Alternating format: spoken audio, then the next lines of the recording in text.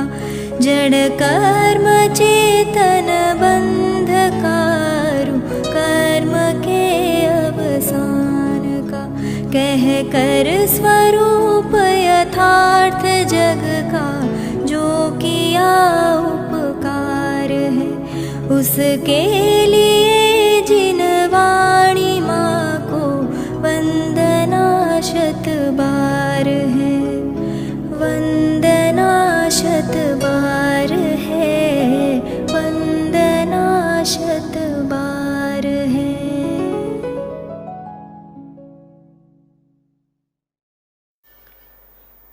ओम नमः सदेभ्यः ओम नमः सदेभ्यः ओम नमः सदेभ्यः।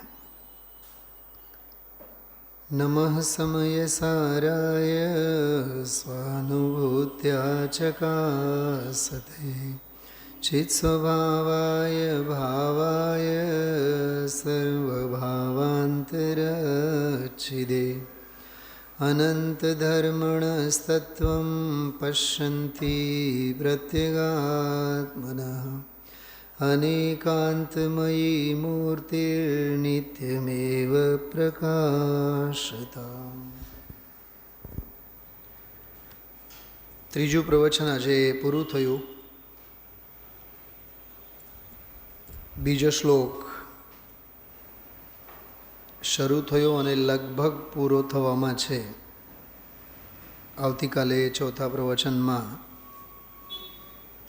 સરસ્વતી માં જીનવાણીને વંદના સ્વરૂપ બીજો શ્લોક પૂરો થશે. પછી નિર્ગ્રંથ મુનિદશા ગુરુ વંદના ત્રીજા શ્લોકમાં શરૂ થશે. કાલે ચોથો પ્રવચન બીજા અને ત્રીજા શ્લોક સાથે શાસ્ત્ર અને ગુરુ બંનેની વંદના સાથે પૂરો થશે. 4 પ્રવચન એટલે 4 કલાક, 60 થી 80 પાના.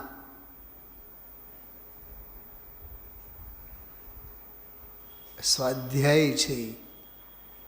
દેવશાસ્ત્રગુરુની પૂજા આપણને કરતાં 10 મિનિટ નહીં લાગે. ગગડી જઈએ આપણે 5 મિનિટમાં 7 મિનિટમાં. કેટલો ફેર છે. ડૉક્ટર બારીલ સાહેબ એક બહુ સરસ વાત કહેતા. અમે લોકો જ્યારે વિદ્યાર્થી તરીકે ભણતા, એ કહે કે તમે પૂજા અને ભક્તિ અને નાચ ગાન ગમે તેટલા ભક્તિભાવથી ગમે તેટલા કલાકો કરો, પણ એ બધો સ્થૂળ છે. કેમ કે એમાં બાહ્ય આલંબન ઘણા છે, 5 ઇન્દ્રિયોના. લોકસંજ્ઞા એમાં વધારે છે, બહારની પ્રવૃત્તિ એમાં વધારે છે. સુર સંગીત, નાચ ગાન, રાગ તાલ,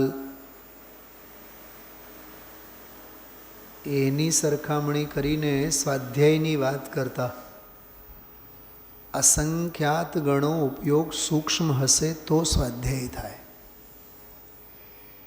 નાચ ગાનમાં વગેરે તો એવું છે કે મોઢામાંથી શબ્દો નીકળતા જાય, પાના ફરતા જાય, થાળીમાંના દ્રવ્યો એક થાળીમાંથી બીજી થાળીમાં ટ્રાન્સફર થતા જાય. 1-1.5 કલાક થાય, પૂજા થઈ ગઈ. પરદ્રવ્ય સાથેની નિમિત્ત નૈમિત્તિક સંબંધની ક્રિયા, મન ક્યાંક ભમતો હોય, ક્રિયા ક્યાંક થતી હોય, વાણી શબ્દો ક્યાંક નીકળતા હોય, મન વચન કાય ત્રણેય યોગો વચ્ચે પણ ક્યાંય તાળમેલ ન રહે અને પૂજા થઈ જાય, ભક્તિ થઈ જાય, સ્તુતિ થઈ જાય. અંદર શ્રદ્ધાનો તો ક્યાંય ઠેકાણું જ નથી. આજે દાનના સંદર્ભમાં એક બહુ સરસ વાત કરી હતી. ખૂબ જોરદાર ટકોર ગુરુદેવશ્રીએ કર્યો હતો. કોઈએ આપ્યા જો અમે વાપરી જાણીએ એવો એને અભિમાન હોય. કેવા સૂક્ષ્મ માન શલ્યની વાત ગુરુદેવશ્રીએ કરી. પણ આ 50 વર્ષ પહેલાં 75માં 50 વર્ષ પહેલાંની વાત છે. આ 51મું બેઠું આ પ્રવચનોને, એટલે આ પ્રવચનોનો 51મો જન્મદિવસ છે, 51મું બર્થડે. ભાગવત શાસ્ત્રનો 51મો બર્થડે છે, જન્મદિવસ. દામજીભાઈ 51 વર્ષ થયા. હા, 51 વર્ષ પહેલાં આવા ટકોર ગુરુદેવશ્રીએ કર્યો. એમાં ઓલી ધર્મ ધન ભોગ, એટલે ધર્મ રૂપી ધનનો ભોગ કરનારો એવો તે સમ્યક દ્રષ્ટિ જ્ઞાની. ગુરુદેવશ્રી તો એને ધનતેરસ સાથે પણ સરખાવ્યા. ધનતેરસ તો આ છે. તો રામજીભાઈ જેવા કોઈ હોય જોરદાર એવા જીવો જ બોલી શકે કે એમાં 2 પ્રકાર પાડી નાખો. 41મું પાનું કાઢો બધાય. 41 માત્ર તમે સાંભળ્યા રાખો, કાંઈ નહીં સમજાય. પુસ્તકમાં જો એમાં 2 પ્રકાર પાડી નાખો. 41મું પાનું છે 41 નીચે સાવ. એમાં 2 પ્રકાર પાડી નાખો.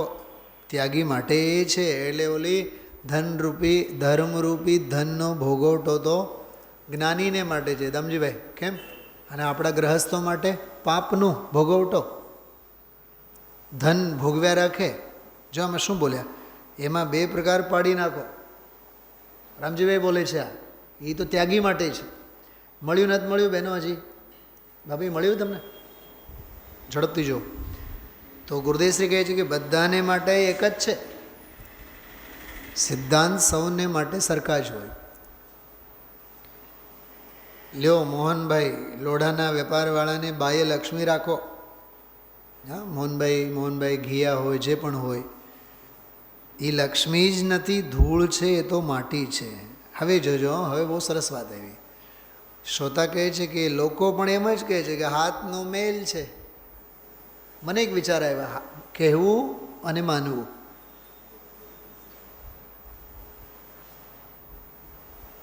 કોકના જીવનમાં કંઈક ઉદયની વિચિત્રતા આવે ને તો ક્રમબદ્ધ પર્યાયના સૂત્ર સમજાવનારા સેંકડો આવે. થવા લાયક હતું, થયું, હવે ભૂલી જાઓ. તો સામેવાળા જબરા હોય ને તો એ એમ કહે કે અમારે જીવનમાં પણ આ દુઃખના દાળિયા દળવાનું થવા યોગ્ય થાય છે, તમે હું કામ ઉપદેશ ઝાડો છો? ઉપદેશ બીજાને આપવો ક્રમબદ્ધ છે, બધું હોનહાર છે, અને પોતે એમાં શ્વસવું, શ્વાસ લેવું કેટલું અઘરું છે, વિચાર કરો. પર ઉપદેશ બહુ તેરે, પારકા ઉપદેશ આપનારા તો ઘણા મળે. બહુ સરસ વાત છે. જો કે લોકો પણ એમ જ કહે છે કે હાથનો મેલ છે. ગુરુદેવશ્રી કહે છે કે મેલ છે એ તો જરી વાપરવું હોય ને. જો આ વિચાર કરો તમે, ગુરુદેવશ્રીને અભિમાની જીવોનો, દાનદાતારના અભિમાની જીવોની અભિમાની વૃત્તિનો કેટલો સૂક્ષ્મ જ્ઞાન છે.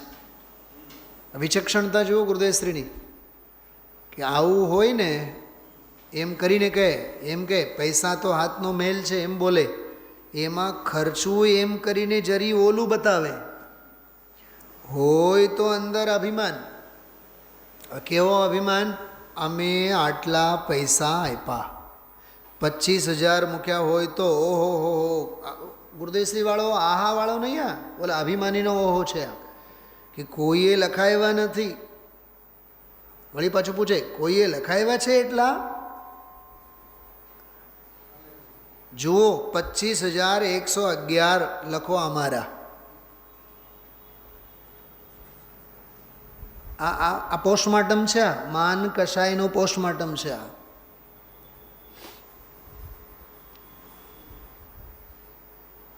એટલે સાચી વાત છે. આ 18મી વખતના પ્રવચનોના ભાગોને નામ જે આપવામાં આવેલા છે ને એ સાચી વાત છે. ભાગવત શાસ્ત્ર જ છે આ. એક બીજી વાત, હિન્દુઓમાં ભાગવત શાસ્ત્ર છે, ખબર છે?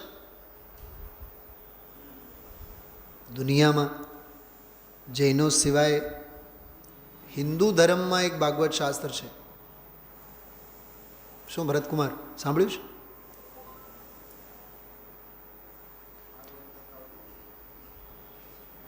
હિન્દુ ધર્મમાં 18 પુરાણોની કલ્પના આવે.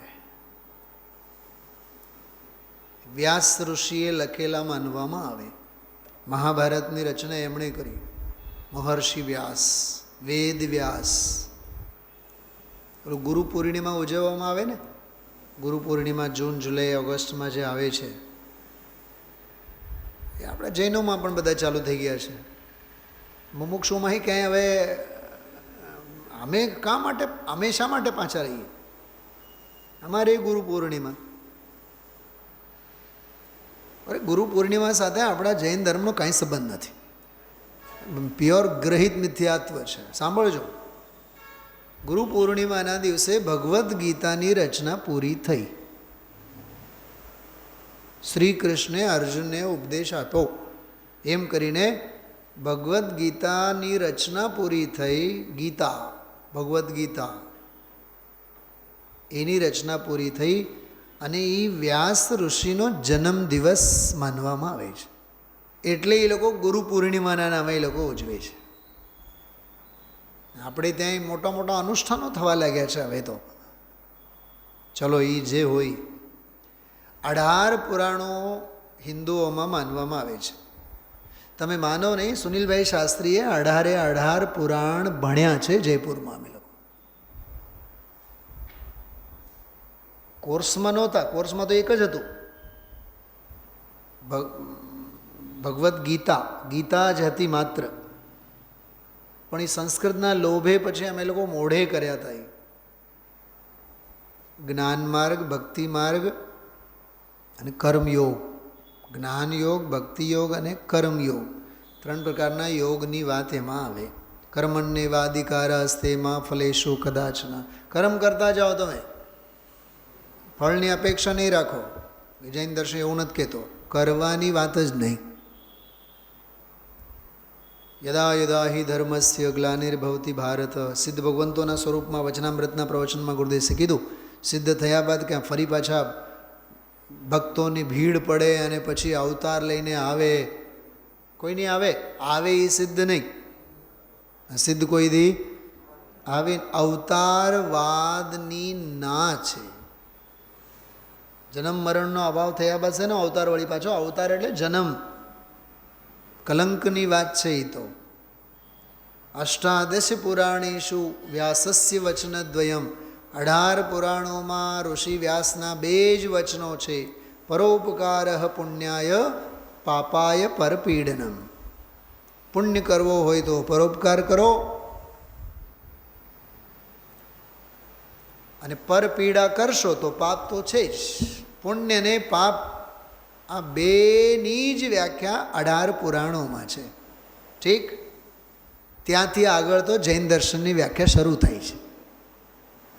મારે એ કહેવું છે તમને, તમે જ્યાં પુણ્ય ને પાપની વ્યાખ્યાઓ લઈને બેઠા ને 18 પુરાણોમાં, એનાથી આગળ તો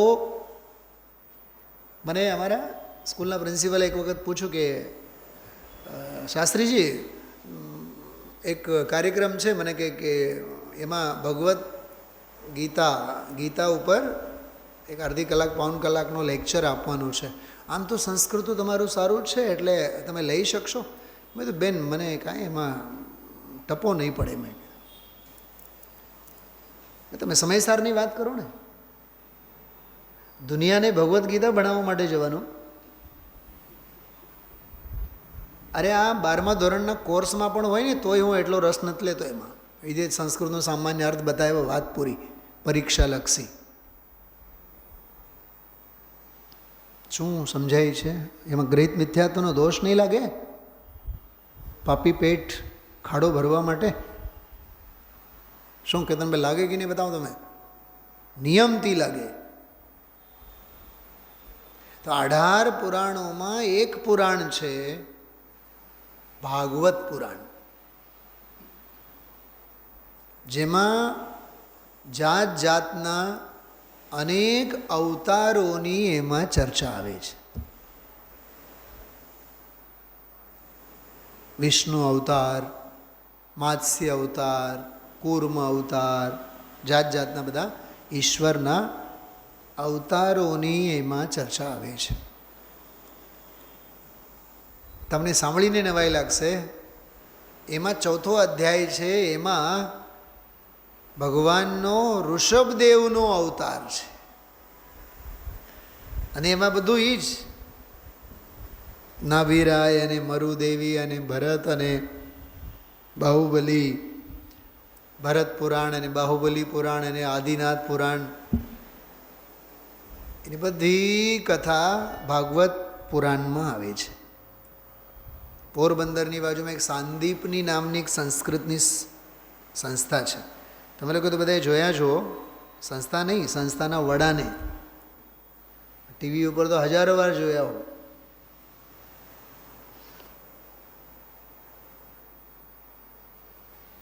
એ એના સર્વે સર્વા, અને એ ભાગવત પુરાણ, ભાગવત કથાના નામે, ભાગવત સપ્તાહના નામે ચલાવતા હોય છે. રમેશભાઈ ઓઝા.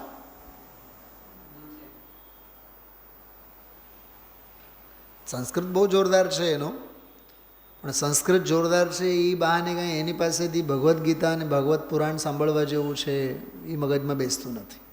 મને તો નથી બેસતું. એ છે ભાગવત પુરાણ, એટલો વિશાળ માનવામાં આવે. એમાં પછી મોરારી બાપુ તો પછી રામાયણની કથાઓ તો માનસરોવરમાં જઈને કરે, પ્લેનમાં જઈને કરે, એમાંય દુનિયા ગાંડી થતી હોય. જો ચમત્કારને નમસ્કાર કરવાની પદ્ધતિ સનાતન છે, અનાદિકાળથી છે. આટલા લાખો સાંભળે કંઈ ગાંડા? હા ગાંડા. તત્વમાં ટપો નહીં પડે તો એવું જ બધું હાલવાનું છે. હીરાની દુકાનમાં ભીડ નથી હોતી એટલો આપણને ખબર પડે છે. અને શાક બક્કલની રેકડીએ ટોળે ટોળા વળે છે એટલો આપણને ખબર પડે છે. કેમ કે દુનિયાને શાશ્વત ધર્મ નથી જોતું કેતનકુમાર, કાયમી ઈલાજ નથી જોતું, તકલાદી ઈલાજ જોઈએ, ક્ષણિક સાતા જોઈએ. કાયમી દૂર દ્રષ્ટિકોણ જ ક્યાં છે?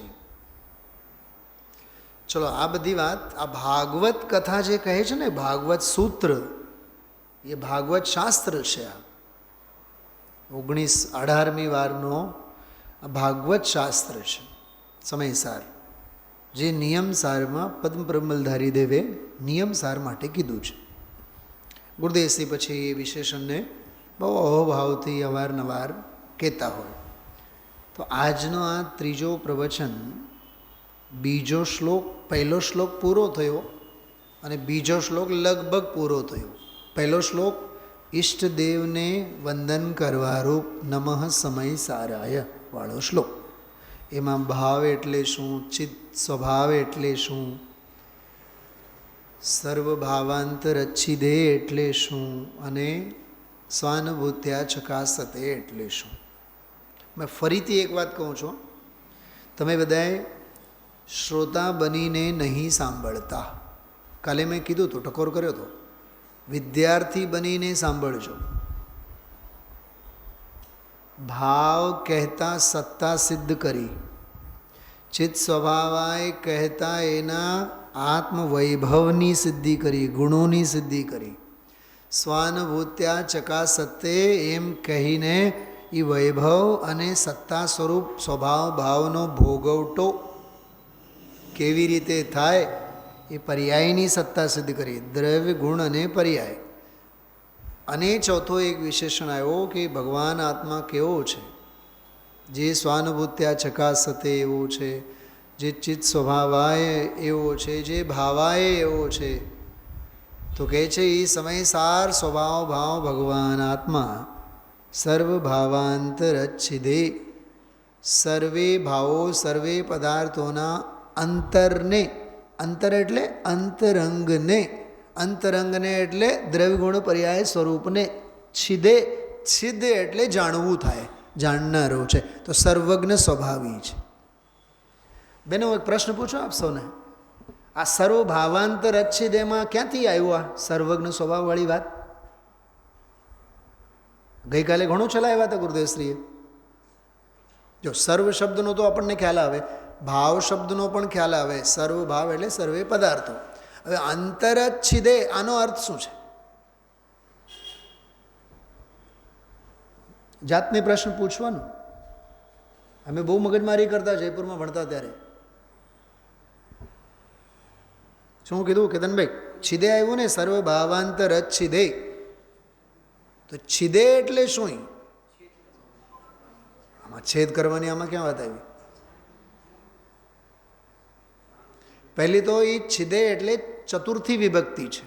સર્વ ભાવાંતર છિદે. જેમ સમય સારાએ ચતુર્થી વિભક્તિ, ભાવાએ ચતુર્થી વિભક્તિ, ચિત્ત સ્વભાવાએ ચતુર્થી વિભક્તિ, અને સ્વાનુભૂત્યા ચકાસતે એ ચતુર્થી વિભક્તિ.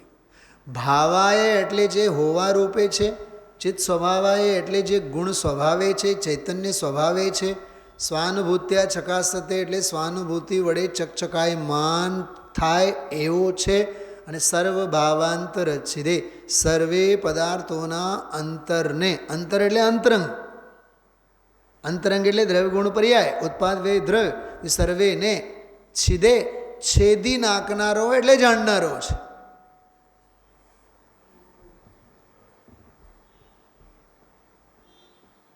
ડૉક્ટર છાતી ફાડે ને, શેના માટે ફાડે? એને જોવું હોય ને અંદરમાં ક્યાં તકલીફ છે. બાયપાસ સર્જરી જે કરે એ આખી છાતી ફાડી નાખે. હા, દાંતના ટ્રીટમેન્ટ હોય તો દાંત બધું તોડીને નાખે, અંદરથી ખોદકામ નહીં કરે. એ છેદવાની પ્રક્રિયા પાછળ એને જાણવાનો અભિપ્રાય છે, ઇલાજ. તો છિદ ધાતુ જે છે, પરિચ્છેદ શબ્દ આવે. છિદ, છેદ એ જાણવાના અર્થમાં છે. અહીંયા અંતરંગને છેદી ભેદી દેનારો, જાણનારો. સર્વ ભાવાંતર છિદે એટલે સર્વજ્ઞ સ્વભાવ.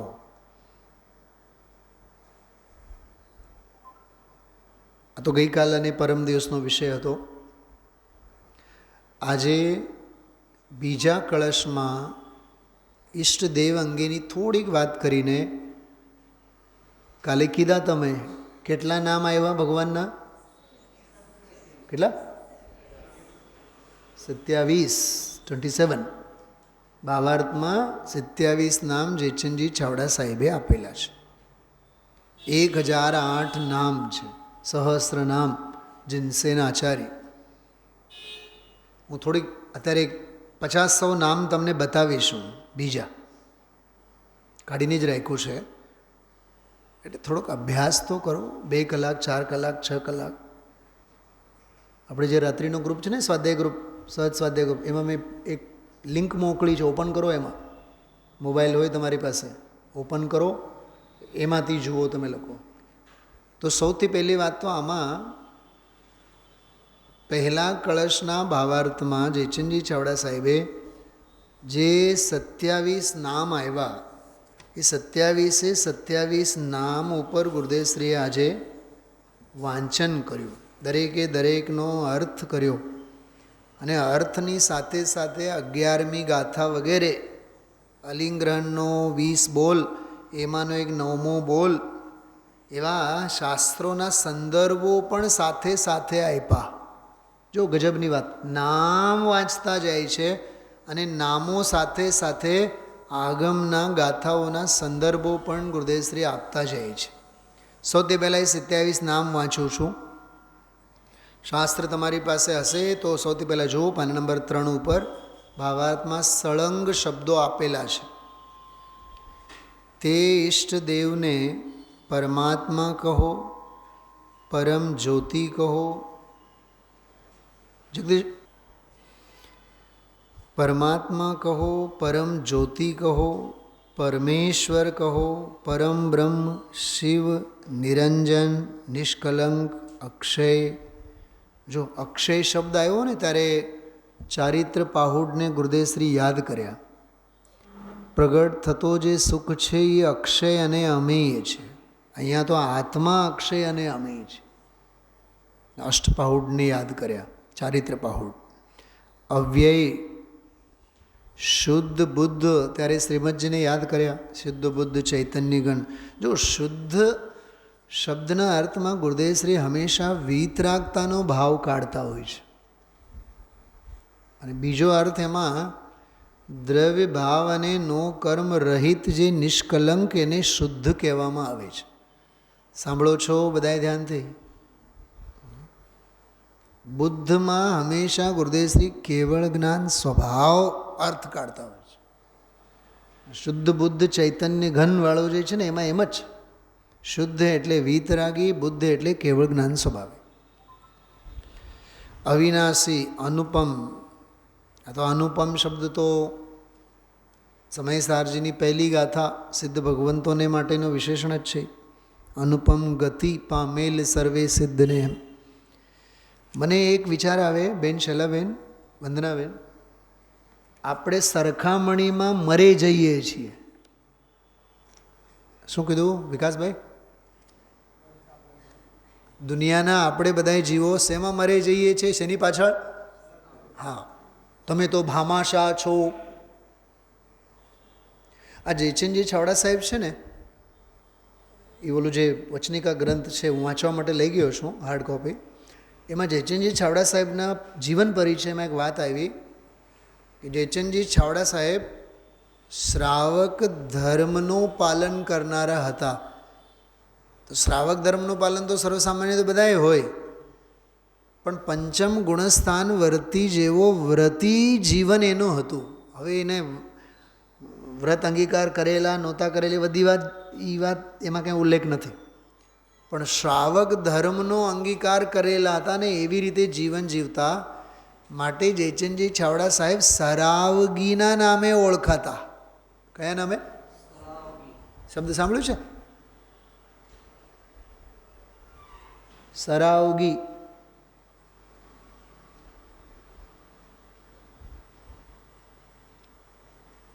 એ બધા બહુ પ્રાચીન શબ્દો છે બધા. અને જેમ પાંડે, રાજમલ, જીન ધર્મી, બોલો જીન ધર્મી કહેવામાં અને એવા વિશેષણોથી ઓળખવામાં વિદ્વાનોને ગર્વ અનુભવાતો. આપણને કેટરર્સવાળા, ઉદ્યોગપતિવાળા, ફલાણાવાળા, ઢીકણાવાળા, બહારની ઉપાધિઓ જોઈએ છે આપણે.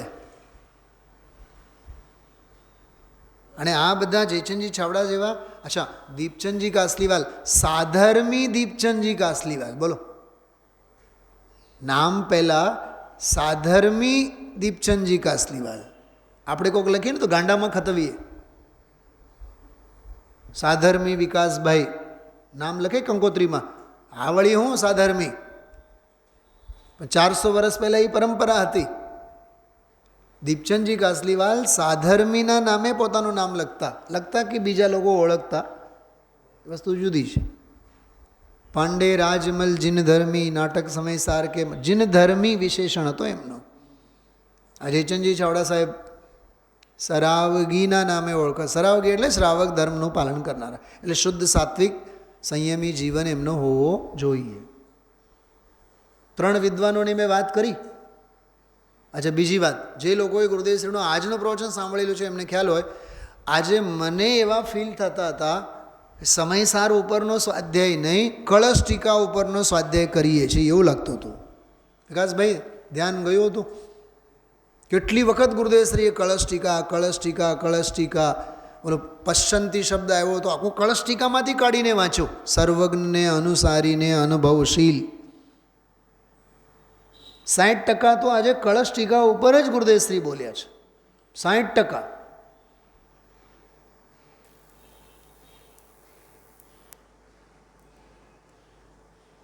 મને જો એક બીજી વાત, સમયસાર ગુરુદેવશ્રીની સામે ખુલ્લું છે, વચનિકા પણ બાજુમાં મૂકેલી છે જયચંદજી છાવડા સાહેબની, અને નાટક સમયસારે છે, કળશ ટીકા પણ ભેગું છે. આપણે જમવા માટે બેસીએ, થાળીમાં દાળ, શાક અને રોટલી, કોળિયા ઉતરશે? રોટલી, દાળ અને એકાદ શાક. તેવા ગમે તમે કંજૂસ છો, કંઈ અથાણું જ નહીં, કંઈ ચટણી જ નહીં, બોલો શું કહેવાય ઓલા કલરફુલવાળા તમારા, છેલ્લે પછી છાશ ને 2000 રૂપિયાની ડીશ ખાધા હોય તો 10 રૂપિયાની છાશ ન મળે એટલે કંજૂસમાં ખપવી નાખે. તમે વિચાર, તમે લોકો હસો છો પણ સાચી વાત કરો, એક સમયની ભૂખ ભાંગવા માટે કેટલા ભોગ! મહાપાપ જ છે, બીજું કાંઈ નથી. આહાર સંજ્ઞા છે, આહાર નહીં. વિકાસભાઈ, આહાર તો મુનિરાજનો હોય છે, નીરસ આહાર હોય. અહીંયા તો 5 ઇન્દ્રિયના, રસનેન્દ્રિયના વિષયોનો તો રાફડો ફાટ્યો હોય. એમાં મીઠું જોઈએ ને ફલાણું જોઈએ ને ઢીકણું જોઈએ. ગઈકાલે એક બહુ સરસ વાત આવી હતી કે શ્રાવકની ઘરે મુનિરાજ આવ્યા, આહારદાનની સાથે સાથે ઔષધ દાન પણ આપે. નીતાબેન, મેં એક પ્રશ્ન પૂછ્યો હતો કે મુનિરાજ યુવા આવવા જોઈએ કે ઘરડા આવવા જોઈએ ઘરે? એનું કારણ સાંભળવું હોય તો ગઈકાલ રાત્રિનો સ્વાધ્યાય સાંભળો. સૌથી પહેલી વાત, તારા આંગણે મુનિરાજ આવ્યા એ સાક્ષાત કલ્પવૃક્ષ ઉતર્યો. તને કોઈ સાધર્મી પૂછતા નથી, એ જ મહાપાપનો ઉદય છે તારો. તો ઘરે કોઈ મુનિરાજ આવે અને તને આહાર દાનની સાથે સાથે ઔષધ દાનનો પણ લાહો મળે, તને તો ડબલ પુણ્યનો યોગ છે. એનું દેહ ધર્મ પળાય અને સંયમ ધર્મ પણ સધાય, એના માટે ઔષધિ દાન તો આપે છે. તે ઔષધિ દાન શું આપ્યું તને? એમણે અભયદાન આપ્યું, ભવરોગની ઔષધિ એમણે આપી. કે બોલ્યા તો નહીં, કે પ્રવચન તો કાંઈ આપ્યું નહીં, પણ એ નગ્ન દશામાં તારી આંગણે આવ્યા ને, એ સંસારની નશ્વરતાને, અસારતાને બતાવી ગયા. પણ જોનારા જોઈ ગયા, શીખનારા શીખી ગયા. નહીં શીખનારા તો વ્યાખ્યાનોથી પણ કંઈ નથી શીખતા. નહીં શીખનારા તો પ્રવચનોથી પણ કંઈ નથી શીખતા. सीखनारा तो निर्वस्त्र दिगंबर काया से भी प्रकट हो रहा अंतर्मन सीखी जाए. आहारदान અને ઔષધદાન. અને તારામાં આવડત જ શું છે શ્રાવકમાં કે તું અભયદાન એમને આપ? નગ્નતા બતાવીને સાચો પ્રાણદાન, અભયદાન તો એમણે મુનિરાજે તને આપ્યો. અને જો એમાં બે વેણ તત્વજ્ઞાનના બોલે તો એના જેવું તો જ્ઞાનદાન એકેય નહીં. કેમ કે એ બોલશે તો વૈરાગ્યની જ વાત કરશે. એ કહેશે તો એમ જ કહે છે કે સંસાર અસાર છે, દુઃખના દાવા નલમાં તો દાઝેલો છે, એમ જ કહેશે. આજે નહીં, કાલે નહીં, અનંતકાળ પછી, પણ તારે નિર્ગ્રંથ અવસ્થા તો અંગીકાર કરવું જ પડશે, એમ કહેશે. શ્રેષ્ઠતમ જ્ઞાનદાન છે. ઘણી ચર્ચા આવી હતી એમાં. તો આમાં આ જે વિશેષણ આવ્યું ને, શુદ્ધ બુદ્ધ અનુપમ, બહુ માર્મિક વાતો છે બધી. અછેદ્ય, અભેદ્ય, ભેદી ન શકાય, છેદી ન શકાય, પરમ પુરુષ, નિરાબાદ. એમાં આવ્યું, જો આ નિરાબાદ વિશેષણ બોલ્યા ને શલાબેન, ધ્યાન હતું ત્યારે અલિંગરણનો 9મો બોલ બોલ્યા ગુરુદેવશ્રી. ઉપયોગ, લિંગ એટલે ઉપયોગ, એને કોઈથી હરી ન શકાય એવો અલિંગ ગ્રહણ. સાચી વાત કરો, આપણી સાથે લૌકિકમાં કોઈ ઈર્ષા કરનારા, કરીને શું કરનારા, લૂંટી શું લેવાના છે? આપણી જે પ્રતિભા છે મીનાબેન, આપણી જે આવડત છે, આપણી જે પ્રતિભા છે, અરે સમજ, કોઠા સૂઝ છે, એને કોણ છીનવી લેવાના છે? સમજાય છે વાત? બહુ પાકટ થવું, આમ ઇનસિક્યોર ફીલ કરવાની કાંઈ જરૂર નથી. જેમ दाने दाने पे लिखा होता है खाने वाले का नाम, कुर्सी कुर्सी के ऊपर लिखा होता है बैठने वाले का नाम, हर शास्त्र के ऊपर लिखा है पढ़ने वाले का नाम. સમજાય છે? બહુ જબરદસ્ત ઠોસ બેસાડવું મગજમાં આપણે. નીતિ શતકમાં એક શ્લોક આવે છે બહુ સરસ. ભર્તૃહરિની વાત કરે ને ગુરુદેવશ્રી, જે ઓલી પિંગલા રાણીની વાત નીતિ હમણાં વચનામૃતના પ્રવચનમાં દાખલો આપી ગયા હતા, અમર ફળની વાત. એમણે નીતિ શતક લખેલું છે, એમાં એક શ્લોક આવે છે. રાજહંસ બ્રહ્માને કહે છે, હે બ્રહ્મા, તારામાં જેવડી તાકાત હોય ને એવડી તાકાતથી તું માન સરોવરને તહેસ નહેસ કરી નાખ. તું વધી વધીને કરીશ શું? બ્રહ્માને પડકાર ફેંકે છે. તું વધી વધીને માન સરોવરને સૂકવી નાખીશ, ખીલેલા કમળોને કરમાવી નાખે. તારામાં આવડત જ કેવડી છે, પણ ચાંચ નાખતા જ જળમાંથી દૂધ ગ્રહણ કરવાની એ જે ક્ષીરનીર વિવેક મારી ચાંચમાં છે, તું મારી વિવેકને પડકારીને જો તો હું તને માનું. હું 11મા ધોરણમાં ભણેલો છે વંદનાબેન, એટલી હદે જે આમ અંદરમાંથી જો આત્મા મારો બોલે છે ને માટે બોલે છે. તારી સાથે ઈર્ષા કરીને તારા ટાંગા ખેંચીને કોણ કેટલું ખેંચી શકવાના છે? તારી પ્રતિભાને તો કોઈ આડી શકવાના નથી. તારી આવડત અને તારા જ્ઞાનને તો કોઈ લોપી શકવાના નથી. શું કામ ભિખારા થવાની જરૂર છે? તું ભગવાન છે, તું પ્રભુ છે, પ્રભુતાથી જીવ. સમજાય છે શું કહું છું? આ ભરતકુમાર, રોટલાની પણ કોઈ દિવસ કોઈને અમે ભીખ નહીં માગવાની. રોટલાના ભાગ્ય હશે તો એ આવશે આપણી પાસે. કોઈ દાના પાને અને પૈસા અને માન મર્તબો કોઈ પણ બાબતની ભીખ માગવાની કોઈ પાસે જરૂર નથી. કેમ કે સંસારમાં બધાય ભિખારી છે, બધાય માનના ભૂખ્યા છે. કોની પાસેથી માનની ભીખ માગ? કયા શબ્દની વાત કરો છો કેતનકુમાર? નિરાબાદ. તારા ઉપયોગને કોઈ હરી લે એવી વ્યવસ્થા જ નથી. આલિંગ ગ્રહણમાંનો 9મો બોલ છે. ઈશારો ભર કર્યો છો ગુરુદેવશ્રી. થોડું ઘરે જઈને હું હાથ જોડીને તમને બધાને કહું છું, ઘરે 5 પરમાગમ રાખો. ગુરુદેવશ્રી આ પરમાગમોમાંથી જ્યારે દાખલાઓ આપે તો ઘરે જઈને કાઢો, વાંચો. આજે પ્રવચનસાર, નિયમસાર, અષ્ટપાહુડ, કળશ ટીકા, આ 4 ગ્રંથોના દાખલા આપ્યા છે. આજે નિયમસારના પણ 2-3 વખત ગુરુદેવશ્રી યાદ કર્યા. ખૂબ આગમને અવગાહના જોઈએ. આપણને કોઈ જીવતું રાખે તો આ જીનવાણી છે, બીજું કોઈ નહીં રાખે. યાદ રાખજો. આ નિરાબાદ સિદ્ધ શબ્દ આવ્યો જો, સિદ્ધ. બોલો નમો સિદ્ધાણમ વાળો સિદ્ધની વાત નથી. આ નમો શુદ્ધાણમ વાળો સિદ્ધની વાત છે. સ્વયં સિદ્ધ છઠ્ઠી ગાથામાં શબ્દ છે. આ અનાદિ નિધન સ્વયં સિદ્ધત્વેન, સ્વયં સિદ્ધ છે. પહેલી ગાથામાં છે. સાધ્યભૂત આત્મા એમ સિદ્ધ, સત્યાત્મા. આમાં 11મી ગાથા યાદ કરી ગુરુદેવશ્રીએ. ભૂતાર્થ ચિદાનંદ સર્વજ્ઞ વીતરાગ અરહત જીન આપ્ત ભગવાન. જો આપ્ત, ન્યાય પરીક્ષા. અરે ન્યાય વિદ્યામાં, જૈન ન્યાયમાં હજારો પાનાના આપ્ત પરીક્ષા નામનો ગ્રંથ છે. એમાંથી એ શ્લોક આજે આવ્યો. ગુરુદેવશ્રી બોલે નિયમસારમાં આવે છે. નિયમસારમાંનો નથી મૂળ, નિયમસારમાં કોટ કરેલો છે. અભિમત ફલ સિદ્ધિ શ્લોક છે, શરૂઆતમાં જ છે નિયમસારમાં. 5-6 કળશો પછી તરત જ આપેલું છે. આપ્ત પરીક્ષામાં વિદ્યાનંદ આચાર્ય લખેલો છે. એ નિયમસારમાં કોટેશન આપેલો છે. એમાં છેલ્લે આવે છે નહીં કૃતમ ઉપકારમ સાધવો વિસ્મરંતી. કરેલા ઉપકારને સજ્જન પુરુષો કોઈ દી ભૂલતા નથી.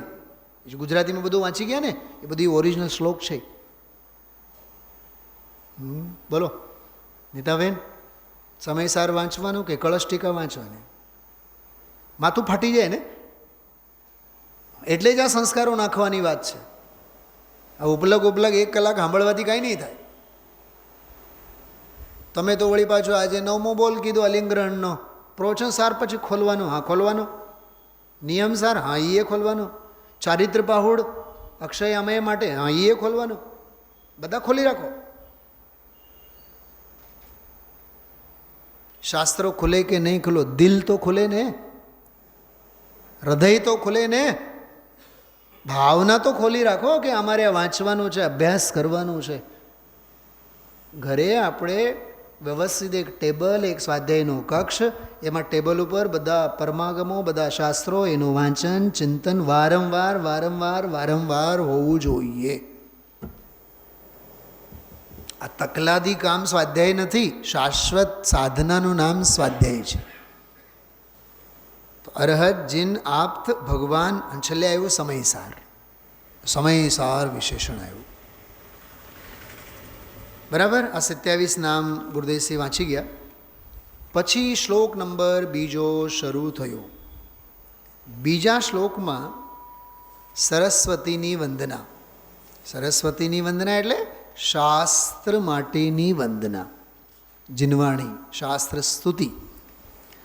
એમાં જે મૂળ શ્લોક છે, શ્લોક વાંચી ગયા. જેચન છાવડા સાહેબે અનેકાંતમયી મૂર્તિ, એને હું વંદન કરું છું. તો કળશ ટીકાકારે માત્ર શાસ્ત્રના અર્થમાં અર્થ કરેલ એનો પણ વાંચન ગુરુદેવશ્રીએ કર્યું. અને જયચંદજી છાવડા સાહેબે 3 અર્થ કર્યા છે એની વાત કરી.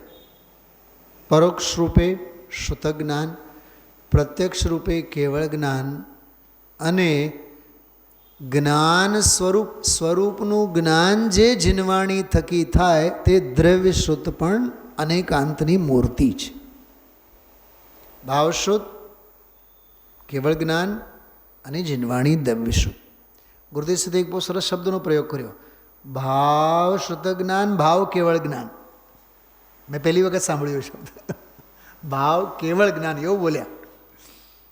જીનવાણી તો છે જ. અનેકાંતમયી મૂર્તિ. આજના આ સ્વાધ્યાયમાં પશ્યંતી શબ્દ જે છે, પશ્યંતી એટલે માત્ર દેખે છે એમ નહીં, પશ્યંતી દીર્ઘાવાળી ઈકાર છે, એટલે જોવાવાળી, અવલોકન કરનારી, એની વાત છે. વિશેષણ સરસ્વતીનો છે, એટલે જીનવાણીનો વિશેષણ છે. અનંત ધર્મણસ્તત્વં પશ્યંતી પ્રત્યેગાત્મનઃ અનેકાંતમયી મૂર્તિ નિત્યમેવ પ્રકાશતામ. પ્રત્યક આત્મનઃ. પ્રત્યેક એટલે અંતરંગના સૂક્ષ્મ, દરેકે દરેકના સ્વભાવને જોનારી, જાણનારી. બહુ અદ્ભુત અર્થ છે. તો આના ઉપર આજે સરસ્વતીની વંદના સ્વરૂપ 3 અર્થ જે કર્યા છે એ બહુ અદ્ભુત રીતે ગુરુદેવશ્રી આમાં સમજાવ્યા છે. આજે તમે મૂળમાંથી જોજો, વાંચજો, બહુ અહોભાવ આવે એવું છે. ખાસ કરીને શાસ્તા શબ્દનો જે પ્રયોગ આવે છે, એ શાસ્તા શબ્દ સહસ્ત્ર નામમાં આવે, અને રતગણ શ્રાવકાચાર્યમાં એનો પ્રયોગ કરેલો છે, ઉપદેશદાતા. તો શાસ્ત્રને પણ ઉપદેશદાતા કહેવામાં આવે છે. ખરેખર આમ શાસ્ત્રનો મહિમા સમજવો હોય, જીનવાણીનો મહિમા સમજવો હોય, તો આજનો કળશ, એના ઉપરનો પ્રવચન આજે સમજવા જેવો છે. તો જયચંદજી છાવડા સાહેબનો ભાવાર્થ, કળશ ટીકાકાર પાંડે રાજમલજીનું વિવરણ વિવેચન, સાથે પ્રવચન સાર, અલિંગ ગ્રહણ બોલ, નિયમ સાર. નિયમ સારમાં આપેલો જે આપ્ત પરીક્ષાનો શ્લોક. હજી બીજી એક વાત રહી ગઈ, 271 નંબરનો કળશ પણ આજે યાદ કર્યા હતા. બતાવશો ક્યાં છે? 41 નંબરનું પાનું. એમાં જો કળશમાં છેલ્લે આવે છે સમયસાર, પર જ્ઞેય નહીં, સ્વજ્ઞેય, સ્વજ્ઞાતા અને સ્વજ્ઞાન. જ્ઞાન પોતે, પોતાનું જ્ઞાન અને પોતે જ્ઞેય, ત્રણેય અભેદ. એ આખો જે વિષય છે એ ધ્યેયપૂર્વક જ્ઞેયમાં બધો વિશેષ આપેલો છે.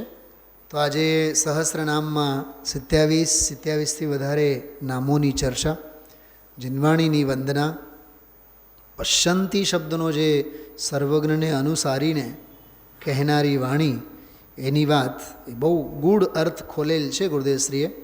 અને અનેકાંતમયી મૂર્તિ, એ ભાવશુદ્ધ જ્ઞાન, કેવળ જ્ઞાન અને દ્રવ્યશુદ્ધ, એના અર્થમાં એમાં વાત ગુરુદેવશ્રીએ ખૂબ સરસ કરી છે. બસ છેલ્લી એક વાત કરીને વાત પૂરી કરું છું.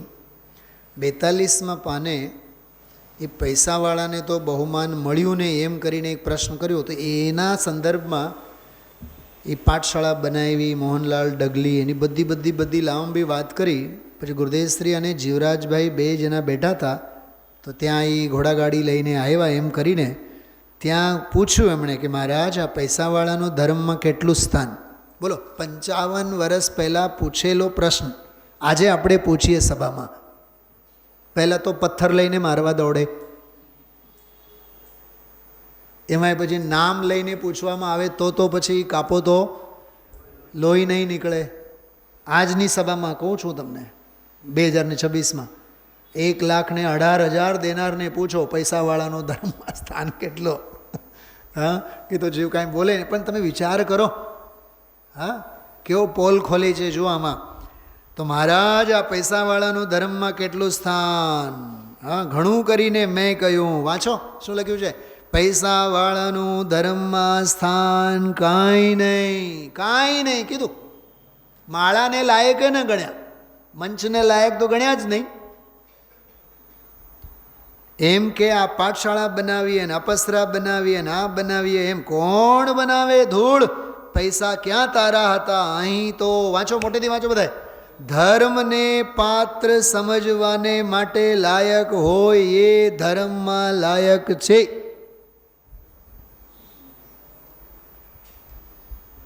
ખ્યાલમાં આવે છે? આખો એ ફકરો વાંચો તમે, અદ્ભુત. અહીં તો આત્માની યોગ્યતાવાળાનું સ્થાન છે. આવા ઉદ્ગારો ગુરુદેવશ્રીના અદ્ભુત ઉદ્ગારો છે, ચોંટી જવા જોઈએ. તો પહેલો શ્લોક પૂરો થયો.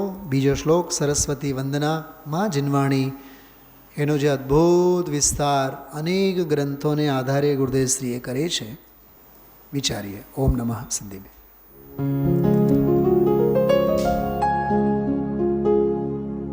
निज निधि निज में बताए यह अनंत उपकार है, उसके लिए जिन वाणी माँ को वंदना शत बार है, वंदना शत बार है, वंदना शत बार है.